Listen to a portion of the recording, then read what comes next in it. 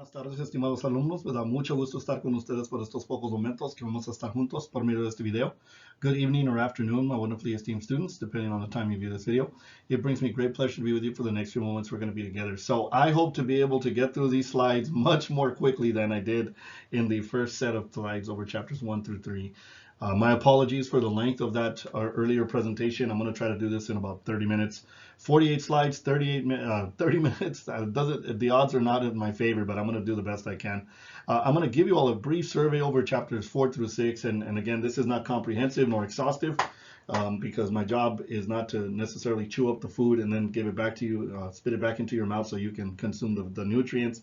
Your job is to read this text, certainly at a college level, reading level, and then consume it and make sense of it, and then ultimately apply the information on the assessments that we have for the duration of this quarter. Okay, so that being said, let me go ahead and get started. So chapter 4 is all about society and social interaction. So the main takeaway, actually chapters 4, 5, and 6 are really all about how you as an individual are shaped by the broader society in which we live in. Now, it seems common sense on the surface, but it's a pretty profound understanding, right? Because most of the time we like to think of ourselves as individuals, but when you think about it, right, would you be the same person you are today if you were raised in, for example, the 1700s, right? You'd probably have a different vocabulary, you'd probably have a different set of preferences, you probably look differently because of access to nutrients and access to particular resources or food.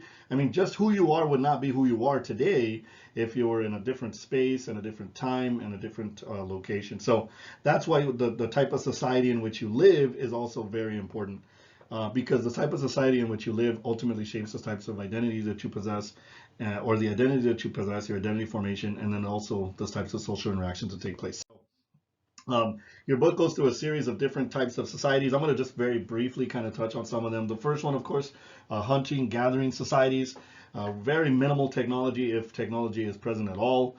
You have relatively small populations. Of course, this is because of the fact that hunters and gatherers have to live and subsist off of what's available from the land and whatever animals are in a particular geographic niche. Once those animals are depopulated or the area is deforested, there's no more food, so you've got to continue to move on, right? That's why they're nomadic people. There's relatively little inequality. Lifespans are relatively short and very cruel in this kind of space. Life is cruel in this kind of environment. But there's little inequality because there's not a lot of wealth accumulation. And wealth accumulation is associated with both a material and a non-material set of stratification or systems of stratification that begin to ultimately make people feel unequal to other people. So when you have a nomadic hunter and gathering society with relatively few resources, everyone's on the same footing, right? You have a limited division of labor, a low division of labor, because there's not a lot of specialization involved with any of the activities involved. Most of the division of labor in nomadic and hunting and gathering societies is biologically determined to a great extent, and that's because of the fact that biologically speaking, there's a reproductive aspect to being a female in a nomadic society that males don't have to worry about, right? So to give you an example, in the past, if you were an Aztec in Mesoamerica or a Mayan in Mesoamerica, if you were a male, you could go and you could chase the leopard, or you could go and chase the rabbit. You didn't have a pregnancy to kind of slow you down. So females in these societies were relegated to kind of stay sedentary spaces because of the fact that they couldn't be a part of the chase, right? And then once children are born, they ultimately, because of the nurturing aspect, the biological nurturing, right? My breasts don't produce milk for my children. My wife's breasts do. Men are able to go free without having to worry about the children necessarily in these kind of societies, and to continue the hunt, where females are kind of relegated. If they're pregnant, they can't run around very quickly because there's a child in their womb. And if they have had children, then the children need them because they're weaning or they're suckling, and they ultimately provide a food source for children, especially in this society. Okay, all right, so kind of keep going on. Sorry about that. I'm just kind of trying to develop these contexts. You next have the horticultural society, and this is where you ultimately have the beginning of an opportunity for people to become more stationary, because now There's the ability to grow food in a particular area. And of course, with respect to the fact that as long as the area is not deforested or the soil is not stripped of the nutrients necessary for the harvesting of crops, people are able to stay in a space a particularly longer period of time. Tools become something that are useful for the cultivation of these crops, and you still have some kind of cultivation of animals as well. So that's a horticultural society. The tools piece is a really important piece because that's going to ultimately lead to this next space, which is the agricultural or agrarian society. You have the introduction of the hoe, and ultimately you now have a production of crops that is systemic, and you can basically have the development of a surplus of food. Okay. Not only are people becoming stationary, but cultures are becoming stationary. So you now have regions, entire regions that are defined by culturally distinctive uniqueness. A culturally distinctive uniqueness, you ultimately have a more burgeoning population because of the fact that now the nomadic aspects of life are gone. You now have available food sources, available food supplies. You also have, with the surplus of food, greater recreational opportunities and the development of the arts that people can begin to engage in creative activity with some of the time they have, at least the people with resources and the people able to acquire the surplus of food. Because now you also have with the surplus of food, you have the introduction of power over other people, because if you have the food, then you can begin to dictate to other people who need the food what you need, right? So now you're going to have a differentiation and a system of stratification that begins to introduce itself into these societies. You also have the development of cities and food development as well as storage. So after that, you end up with the industrial revolution. The steam engine begins to introduce mechanized labor, mechanized production. You have not just the steam engine, but you have during this period of time, you're going to have the light bulb, which is now going to replace sunlight, because in the past, in some of these earlier societies, you were relegated to working only when there was light, daylight, right, sunlight. Now you've got factories that are going to begin producing things on a 24-hour cycle because there's artificial lighting within the warehouses, within the factories. And so the day now becomes more likely to be subject to labor enhancement or labor expansion. A majority of societies are going to start moving from an agrarian or agricultural society to an industrial society with the production of labor and the acquisition of capital.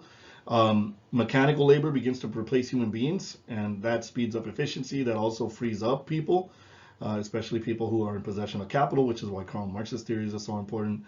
Factories begin to expand throughout England and then ultimately eventually to the new areas. And now families are no longer self-sufficient but has to depend on paid labor to survive. So now a lot of production that used to be done within the home is outsourced to corporations or to profit producing endeavors or industries. And the profit producing industries, we still are kind of living with the ramifications of today, right? Because now you think about when you eat, most of us don't eat at home anymore. We really eat. Most of the work that used to be done within the home is now done outside, right? So we no longer make our own clothes. We no longer prepare our own food. If you're in the middle class, you get your clothes dry cleaned. Most of the stuff, I mean, even if you think about like even the childcare aspects of it, we no longer, parents are no longer raising their children necessarily.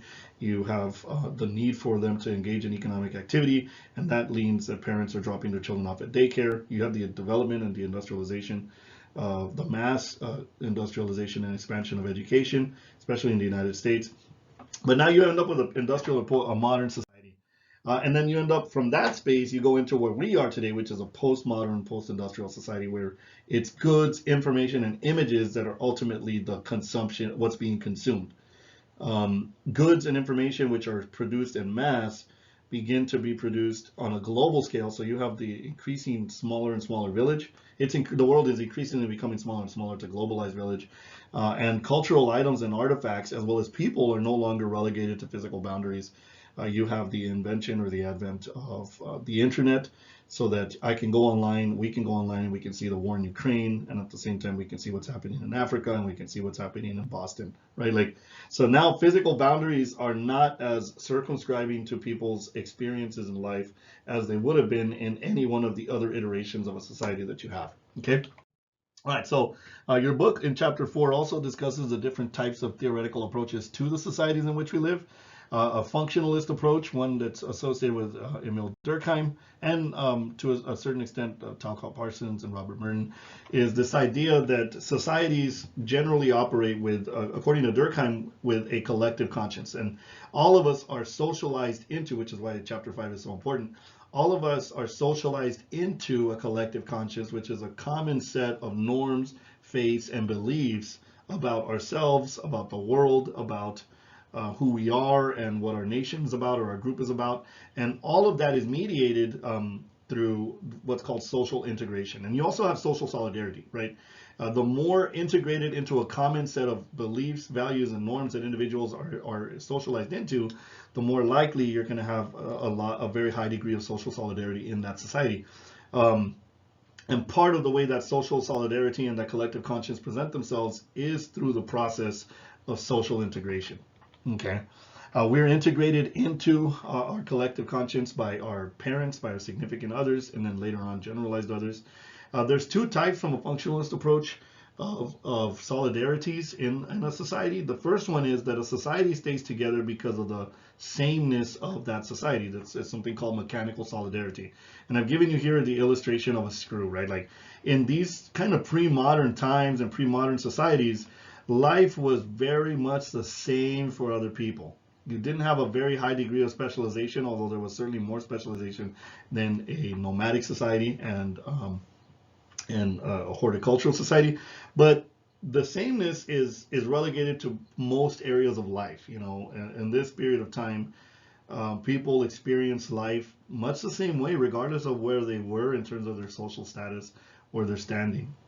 And that's what kept people together. You know, people were very close knit. In this kind of society, you also had this closeness that was really developed and cultivated by the expressive dynamics of relationships. So in a very small space, like a small town or a village, you had people that were all very much related, and because of that relationship, were enmeshed in very close bonds with one another. Okay, very tight social networks. Not like ours today, where we have like people on Facebook, right? Like that social network dynamic. You also have the idea of expressive relationships. Like I said, in this kind of society, you matter not for what you do, because the degree of specialization is not very high in the society, but you matter for who you are. And that's an expressive relationship. Okay, that's very much associated with primary groups. The more advanced a society becomes, and the more complex a society becomes, and the more specialized division of labor a society acquires, the more likely it is that those expressive relationships are going to be more and more difficult to maintain, or basically impossible to sustain. And that's where you end up with a second type of society, according to Durkheim, and that's called organic solidarity. And organic solidarity is basically what keeps together the society is not the sameness of everyone's collective conscience, but the differentness. It's the interdependence that individuals have on one another that keeps a society together. So to give you the illustration, like how do 375 million Americans stay together, and why are we not at war, right? Like why are we not just completely at odds with one another? Why do we still see ourselves as quote unquote Americans? And that is because there's an interdependence of our members that's very much related to the specialized functions and the specialized division of labor, the highly complex specialization and division of labor that we have in our society. So it's not like when you don't like Dr. Reyes and care for Dr. Reyes because he's Dr. Reyes, you even have any kind of notion of Dr. Reyes because he is providing a service, right? I have a specialization in sociology, and that sociology specialization is necessary for you to earn 5 credits so that you can get the specialization that you ultimately want, whether it's to become a dental hygienist, whether it's to go on to transfer to become a business major, a business entrepreneur, or a dentist, or a doctor, or a lawyer, whatever it is. My specialization is why you and I work together, right? And that specialization serves a common bond. Okay, so we and you know, in a highly divided labor force like ours, a highly specialized division of labor in our society, we go to a doctor when we have problems with medicine or our health.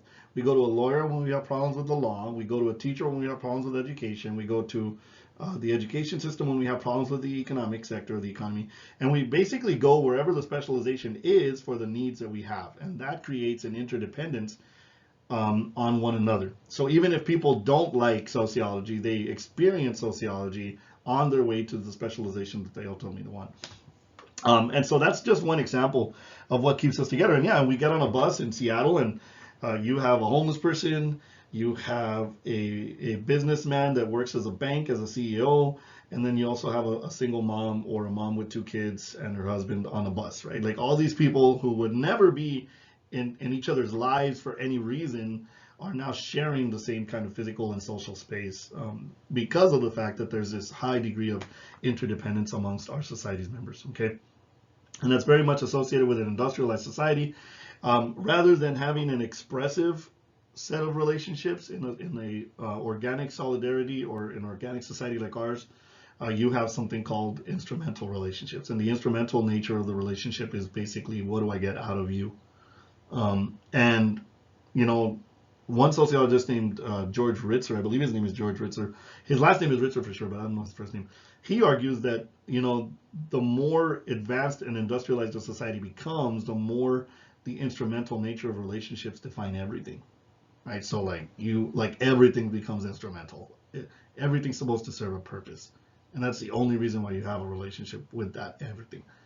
And you can kind of see it in a lot of different ways in our society, right? All right, so one of the terms that is discussed in your text is the term alienation by Karl Marx, and this is very much, again, related to the specialization of labor that people have. So I've given you a couple of pictures here to kind of highlight that. The big idea I want you to see is that what Karl Marx said is that capitalism and the means of production and your proximity to the means of production ultimately create this disconnect, this alienation for individuals that are part and parcel of the capitalist ideologies. So eventually, under a capitalist system, what happens is people become alienated. They experience alienation from the product of their labor. And what that means is that they have limited, if any, no control, almost no control over the product that they're producing through their labor. You also have something called alienation from the process of labor. So a lot of times people are not even just not just told what to produce, but they're told how to produce it. A good example I can give you is when I worked at Subway. When I worked at Subway, there was a step-by-step process for training individuals for how to make a sandwich. Okay, the customer tells us what product we're going to make, a BMT or a steak and cheese, and then I, as a manager, would train the individual for the process of how to produce that BMT, the process of how to produce that steak and cheese. And so where people are alienated not just from the things they produce, but also from how they go about producing those things. In this process, people become more and more alienated from others, and this is kind of highlighted in this picture of the manufacturing plant in China, where people are in rows, thousands of people are in rows, and none of them are talking to one another. You are alienated from everyone except yourself and except from the product of labor that you've actually had prescribed to you through the process of the labor production process.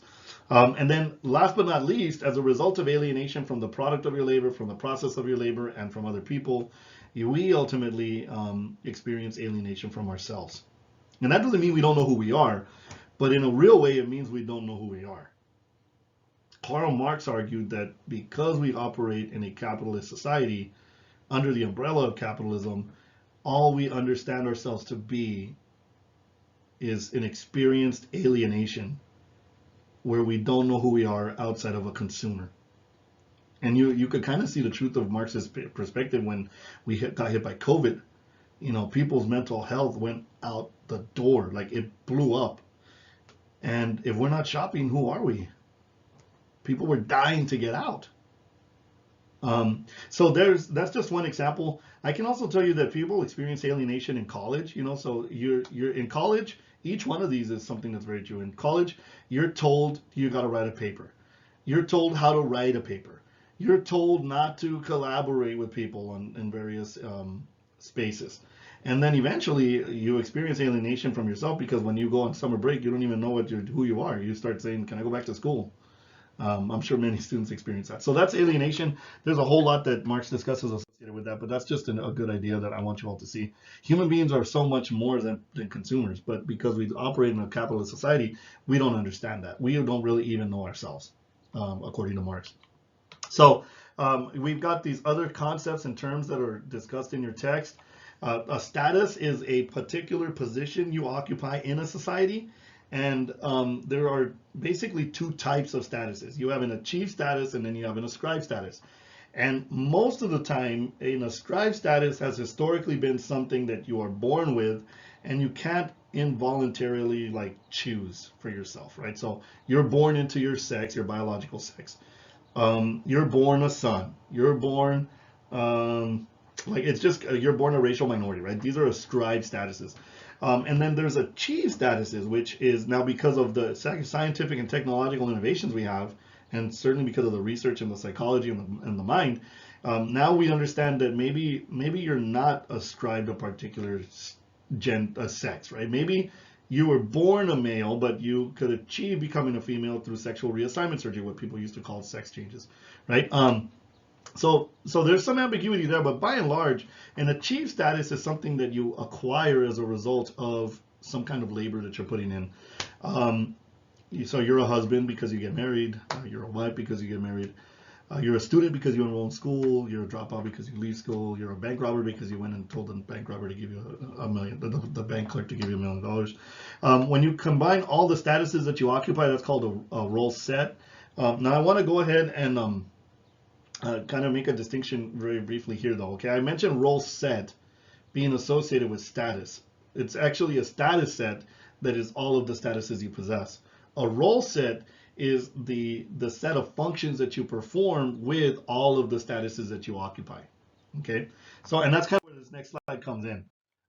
When we have a status, we generally are given a set of roles associated with that status. So you have a status, which is your identity, and then you perform your status through something called roles. It's called role performance. So student is your status, and then role is enrolling in class, doing homework, reading, taking tests, etc., etc. Now, so when we talk about a role set, we're talking about all of the roles that you have to perform with a particular status. Okay, and when we talk about a status set, we're talking about all of the statuses you possess in terms of just your identity. Now, when you have a lot of roles and a lot of statuses, right, then you ultimately end up with something called role conflict, when you are basically experiencing tension between the roles that accompany two different statuses or 3 or 4 different statuses, however number of statuses you have. Let me give you an example. If you're a husband and you're an employee and you have to go to work, but your wife needs you to drop her off at your wife wants you to accompany her to a doctor's appointment. Now you are experiencing role conflict because you have to be an employee at work and a husband with your wife, and there's tension there. Okay, if you're a student and an employee, and you have class at the time you're supposed to be at work, that's called role conflict. Okay, and we all experience role conflict on a multiplicity of levels in terms of the statuses that we occupy. So that's a really important thing to keep in mind. You also have something called role strain, which is the conflict that you experience within a particular role performance of a particular status.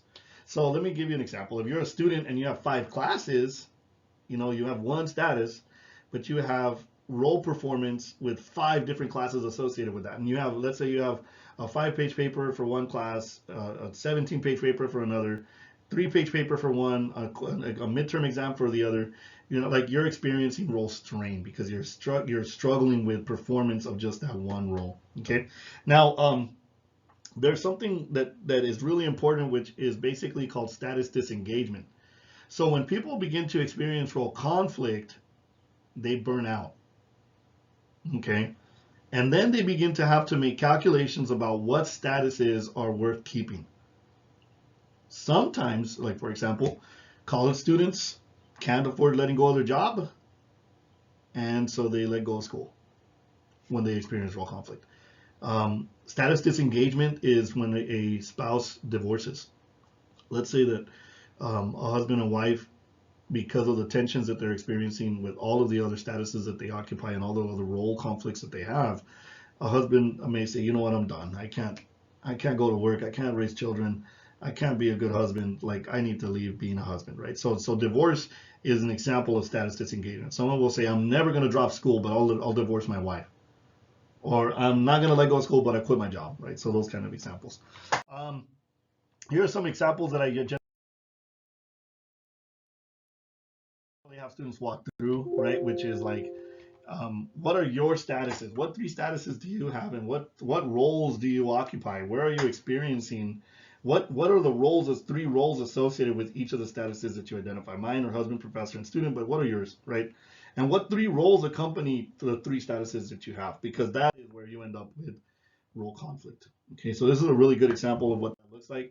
One of the other theories that's really important is called dramaturgy or dramaturgical analysis, and it's associated with Erving Goffman. It's a symbolic interactionist perspective, and the idea that dramaturgical analysis is arguing is that basically life is an act. Like all of us are acting, all of us are on stage at various points throughout our life. So when you go to work and you're a server at Olive Garden, you're performing. Your stage is that space.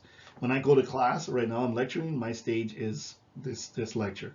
When you're a boyfriend or a girlfriend, you have different stages, all right? I don't know if that's the back seat or a bed, but or a couch, right? You're just watching TV. But that's basically what dramaturgy is about. That all of us are simply performing.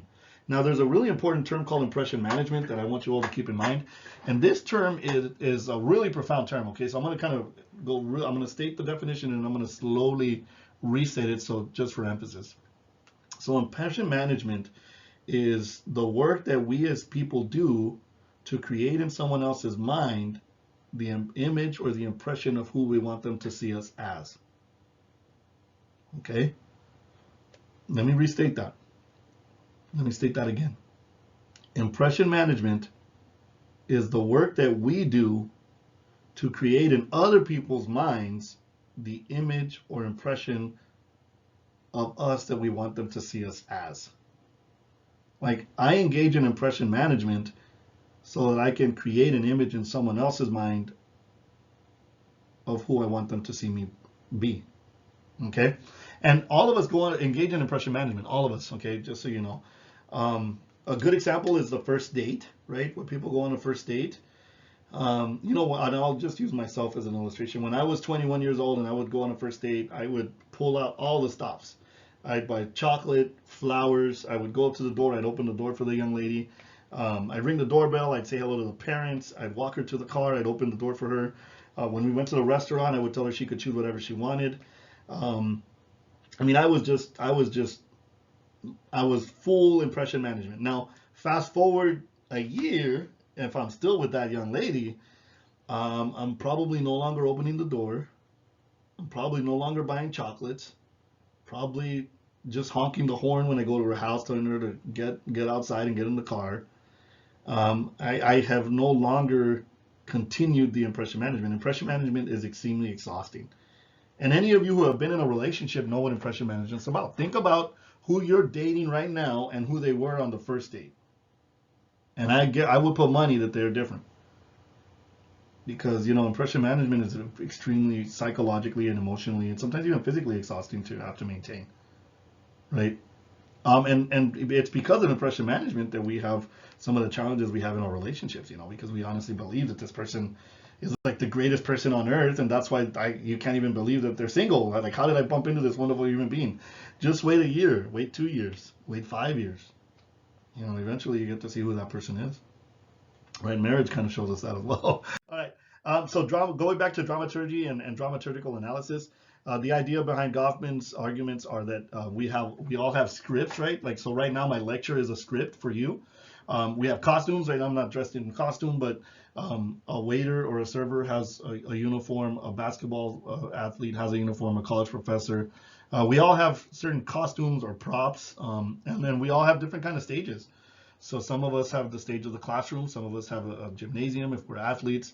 And we know our stage, we know the stage we're supposed to be performing on. One of the two of the terms associated with dramaturgical analysis is front stage and backstage. And the best example I can give you when it comes to staging is if you're, let's say that a boyfriend and girlfriend or two partners present themselves, register for the same sociology class, right? They register for my class. If they're in the stage of the classroom, they're not going to start making out in front of everyone, right? Because they know their stage. And so stages are really important for performance, for role performance, and how people are going to ultimately present themselves. A good example of the front stage, backstage kind of thing, like the front stage would be in the classroom where they're going to be performing the role of student, but maybe backstage would be the back of the Ford pickup or wherever else people engage in more intimate exchanges, right? So you've got that dynamic that's presenting itself. Front stage, backstage could be like the server who's got this huge smile on your face, on their face while they're serving you at a restaurant, and then they go back behind the kitchen and they're like, "This jerk wants more ketchup on their burger," right? Like that's backstage. Goffman argues that we don't really have a lot of backstage. That there's very few places where we have backstage. Sometimes politicians get caught backstage, right? They get caught with a hot mic saying something that they were hoping nobody would hear, except the person they were talking to. All right, so going on, you've got performances. You've also, and that's basically a little bit of some of the concepts behind chapter 4. In chapter 5, we're learning about socialization, which is the ways in which we become the people we become through learning our statuses and then learning our roles, and that becomes ultimately who we are, right? The two of the most important questions, actually one of the most important questions we ask people that we haven't seen in a while, and when we reunite with them is, so what are you doing, right? So we say, oh, I'm a professor, I'm a student, I'm a mom, right? Like we identify our statuses so people can kind of just confer some dignity on us. All right, so socialization helps you learn the expectations of society, and not just within your family, but in the broader society in which we live. It also establishes your personality, right? How your emotions, your intelligence, your identity. It produces and establishes social order, and it transmits culture. So let me give you the example. If you are a child and you are being neglected, your emotions are going to be in disarray, right? If you're being abused, your personality is going to be different from a child who's cared for and nurtured. So socialization is really important for the development and the cultivation of the fullness of a human being. When we talk about socialization, we've got primary socialization and secondary socialization. We'll talk about primary socialization first. The way it works is you've got this first step, which is called identification. And identification is directly related to the significant others in your life and how those interactions are shaped by significant others.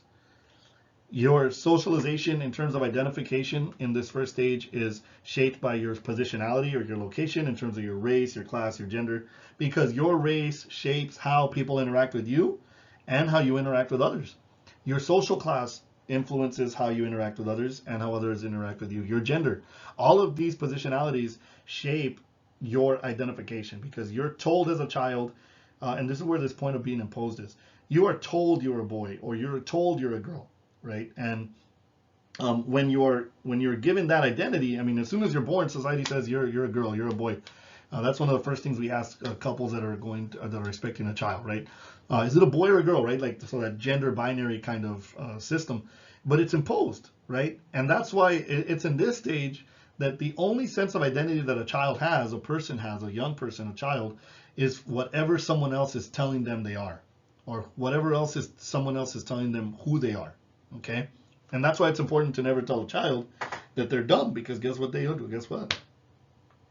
They become dumb. They believe themselves to be dumb because that's the identification that they have. Now, once identification has taken place, and that's again, like that's an imposed process, you also have something called internalization, because that's where you're not just being told who you are and what you are, but you're beginning to make sense of it in terms of your cognition. And you learn what it means to be a girl, what it means to be a boy. And this, of course, is re-emphasized over and over again through the experiences you have with the significant others, the environment, and other people that you're engaging with. You also have not just a cognitive understanding of who you are, like I know myself to be a man, I know myself to be a woman, I know myself to be poor, whatever it is. I know myself to be dumb. There's also an expressive component to that, which is the emotional meaning that's provided and shapes that understanding. So if I am seen as dumb, I'm told I'm dumb, then I begin to feel dumb, and then it makes me feel lesser than another person. So that's what this slide is all about here, and it ultimately shapes your worldview, not just of yourself, but of other people. This is a really fascinating quote that I think is super interesting because it's all about socialization. It says parents take small self-centered monsters who spend much of their time screaming defiantly and hurling peas on the carpet and teach them to share, to wait their turn, and to respect other people's property. These lessons translate into respect for others, self-restraint, obedience to law, in short, into the virtues of individual character that are vital to a society's survival. We need socialization, because if we're not properly socialized, we will not be able to build enough prisons to hold people back, to confine the monsters that we will become. Because socialization does take monsters who are self-centered and teaches them that it's about other people. And that's a good sign of maturity too. You know you have matured when you realize it's not about you.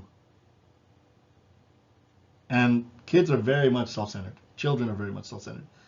But if you're developmentally coming along in a healthy way, there should be less and less of this self-centered I and me.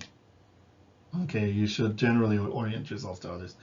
That's just a sign of maturity and age. All right, so going on to some of these other slides, there's this discussion in our text regarding the balance of nature versus nurture, like who are you, right? And what influences who you become and who you are. What role do genetics play? And more research and science is showing us the role that DNA and genetics can play. The epigenome is a good example of that. But from a sociological perspective, your social experiences and your biological traits create you, right? One of the examples when I talk in a live session is I talk about maternal instinct, and I argue, actually not argue, but I present the idea that maybe maternal instinct is not maternal and it's not instinctual. Maybe it's actually societally imposed on women. And there's some research that talks about that I would talk about if we were in person.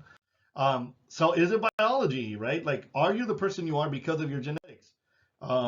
Twins, for example, sometimes twins are separated, and even despite the distance between them or despite the space and time apart, they very much reflect each other in a lot of different ways. So the genetics certainly speak to the testimony of that.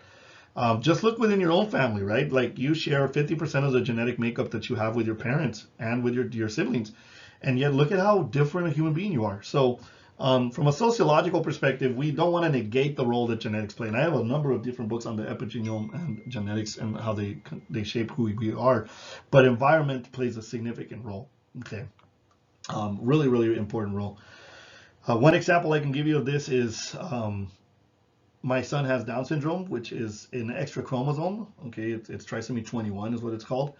So my son has one extra chromosome, and what that means is that extra chromosome introduces into my son's life developmental language delays, intellectual delays, cognitive delays, a number of different kind of delays biologically speaking.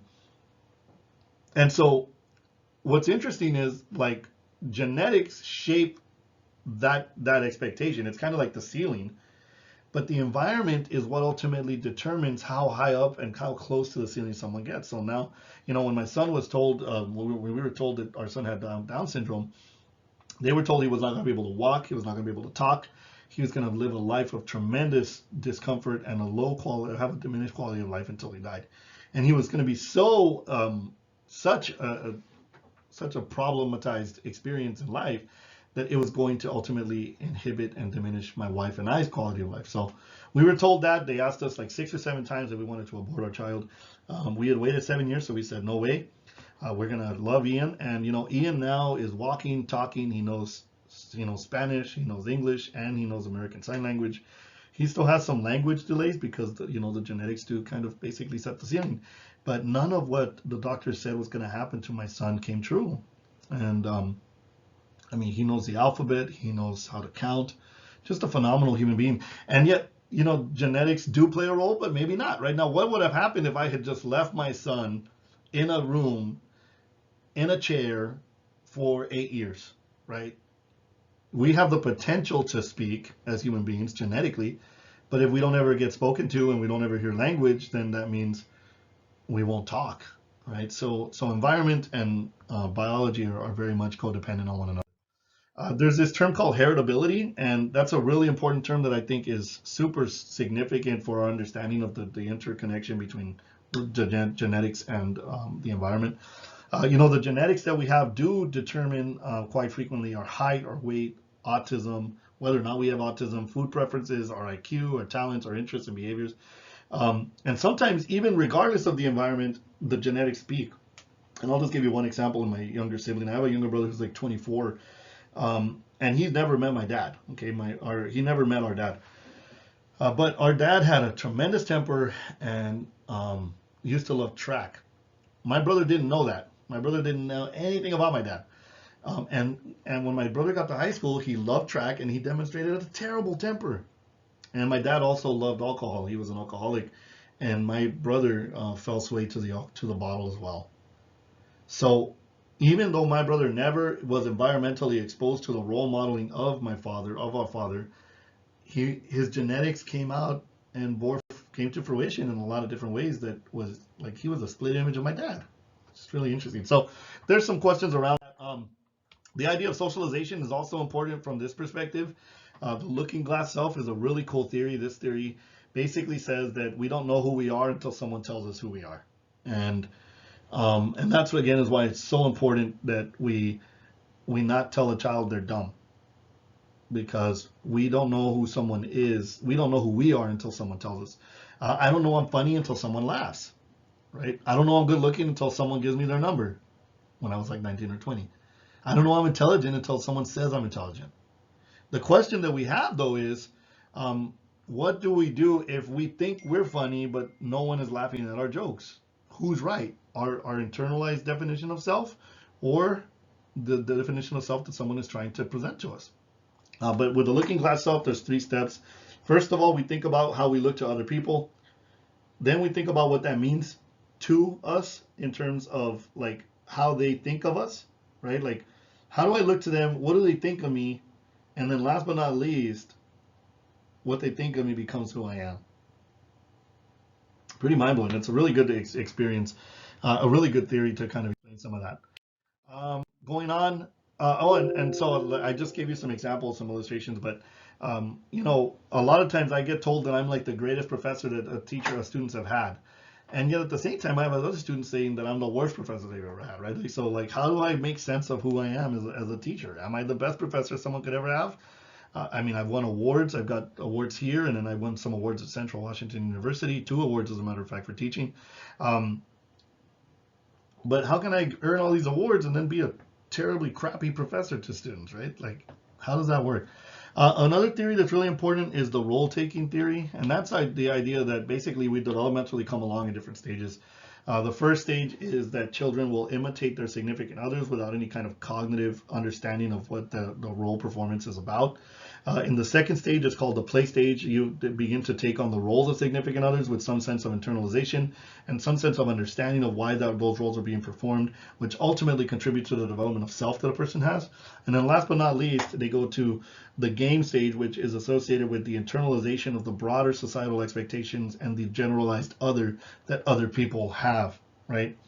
The generalized other is this third stage is extremely complex, which is why if you've ever seen like 3 or 4-year-olds playing soccer, you generally will find them like sitting down, running the wrong direction. You'll find parents really upset, yelling and telling them to go the other direction. But kids don't get to the generalized game stage until they're like 11, 12, 13 years old, right? It's a very complex stage, because at that point, you're predicting what other people are going to do based on their positionality and based on who they are. Very complex, okay? All right, so some of the socialization agents that we have, or socializing agents we have, family is really important. Before you're born, your parents are waiting, and they're already determining what kind of clothes you're going to wear, what kind of toys you're going to play with, what kind of colors your walls are going to be. Within the family, there's also something called anticipatory socialization, and that's very much gendered in terms of the toys that children play with, the clothes that children wear. So an example is a young 4 or 5-year-old little girl may get a baby doll, and that's an anticipatory socialization process to kind of begin to help her realize that she's eventually expected to become a mother, and she's expected to be socialized in a way that's far more expressive and far more caring than maybe, for example, a little boy who gets a gun and is able to punch his little brother or something to that effect. Okay. Social class influences our socialization process, and the good example I'll give you here is some of the research from Annette Lareau. In the lower class, people are socialized, young boys and girls are socialized to obey authority and to follow directives from authorities. And that is because it is very expensive to challenge authorities if you're in the lower class. You don't have resources or material or non-material resources to confront and challenge the directives or the authority that comes into play. So for example, a child will be told to do what the teacher says because the parent can't afford to miss an hour of work, or probably has work conditions that don't allow them to leave work for an hour and not have their pay docked. In the middle class, I could leave work and my pay doesn't go down. In the lower class, I can't. If I leave work, my pay will be lost, right? My compensation will be diminished. So in the lower class, people are told to obey authority and follow directives. The same thing, like for example, when you get in trouble with the law, like you're supposed to follow do what the police say because you can't afford a lawyer to defend yourself from any kind of false accusation or any kind of opposition to the directives that they're giving you. In the middle class, though, it's a totally different game. In the middle class, children are raised to become independent, to ask questions, to challenge authorities, and to negotiate with authorities, and to provide themselves with some kind of self-direction. And these models in Loret's research were called the sense of entitlement that the middle class has. So middle class children have a sense of entitlement. That's a byproduct and a consequence of their socialization. And then people in the lower class have something called a sense of constraint. Okay, so going on, the media influences in a lot of ways. I talked about this in the last presentation, where people of color are historically presented as violent, as a danger, as illegal or undocumented if they're Mexican, American, Hispanic, or Latino. But the media influences what we think and how we feel about people. We talked a little bit about this earlier, but that's ultimately, this is kind of the social science research for why people of color are seen as dehumanized or sometimes seen as threats. Okay. The education system is also an agent of socialization. It's a gendered playground. Young girls are taught how to behave. Young girls are taught that they can be interrupted, that their personal space can be violated, how they're supposed to sit. Boys are also taught, socialized in a particular way within this space. But you do have the reinforcement of a lot of class, gender, and racial stereotypes within the educational system, especially reified through what's called the hidden curriculum. Okay, and we'll talk more about that later on. You have resocialization, which is a really important aspect of socialization, in the sense that sometimes we need to be resocialized to a particular set of norms, values, or even an identity based on some of the interactions we have. The best example is what we do with prisons and the criminal justice system. We put people we incarcerate people, we put them into institutions to resocialize them and make them like better people, right? Most of the time there's a degradation ceremony that's associated with initiation into that institution. Or into that experience, and then also a whole lot of powerlessness, because what we want to do is basically take the identity that was there and problematic and supplant that identity with something more malleable and more obedient. Okay, a lot of depersonalization. Sometimes resocialization takes place in more benign ways, like for example, I became a born-again Christian in June of 2000, and I was very different before. You know, I was violent, I cursed like a sailor, I still say shit and held way too much, which is why I couldn't be a pastor, but there's some resocialization in a lot of different ways. When you go to a new job, you experience resocialization. When you enter a new marriage, you experience resocialization. When you become a parent, you're experiencing resocialization. Lots of ways. When you go into college, you're being resocialized. Okay. Chapter 6, I'm going to try to be brief here. I know I've talked a lot. My apologies. It's almost an hour here. But we've got a couple of different theories associated with George Simmel. So for example, the idea of a dyad. This is a different group. This is basically the most basic of groups according to Simmel. And the idea is that a dyad is a very fragile system because there's a mutual dependence that's necessary for the existence of the dyad. For example, a husband and wife. There's a lot of symmetry that's essential to this relationship. And that's reflected by the fact that as soon as one person wants to leave, that symmetry is broken, right? And both of the parties, unless there's like in a highly oppressive situation, both of the parties are generally free to decide when that dyad ceases to exist. Okay. You also have within this, within a dyad, a voluntary status. Okay, like I mean, maybe sometimes involuntary, depending on someone who just doesn't want to let go of the relationship. But by and large, it's a voluntary, participatory role that people play in dyads. Okay. Usually, if there is going to be a rejection of duties, that means the dyad is going to cease to exist. A triad is another kind of example of, it's a different type of group, but it's basically a third member that's associated with the dyad. So you take your dyad and you throw a triad. The best example is a child.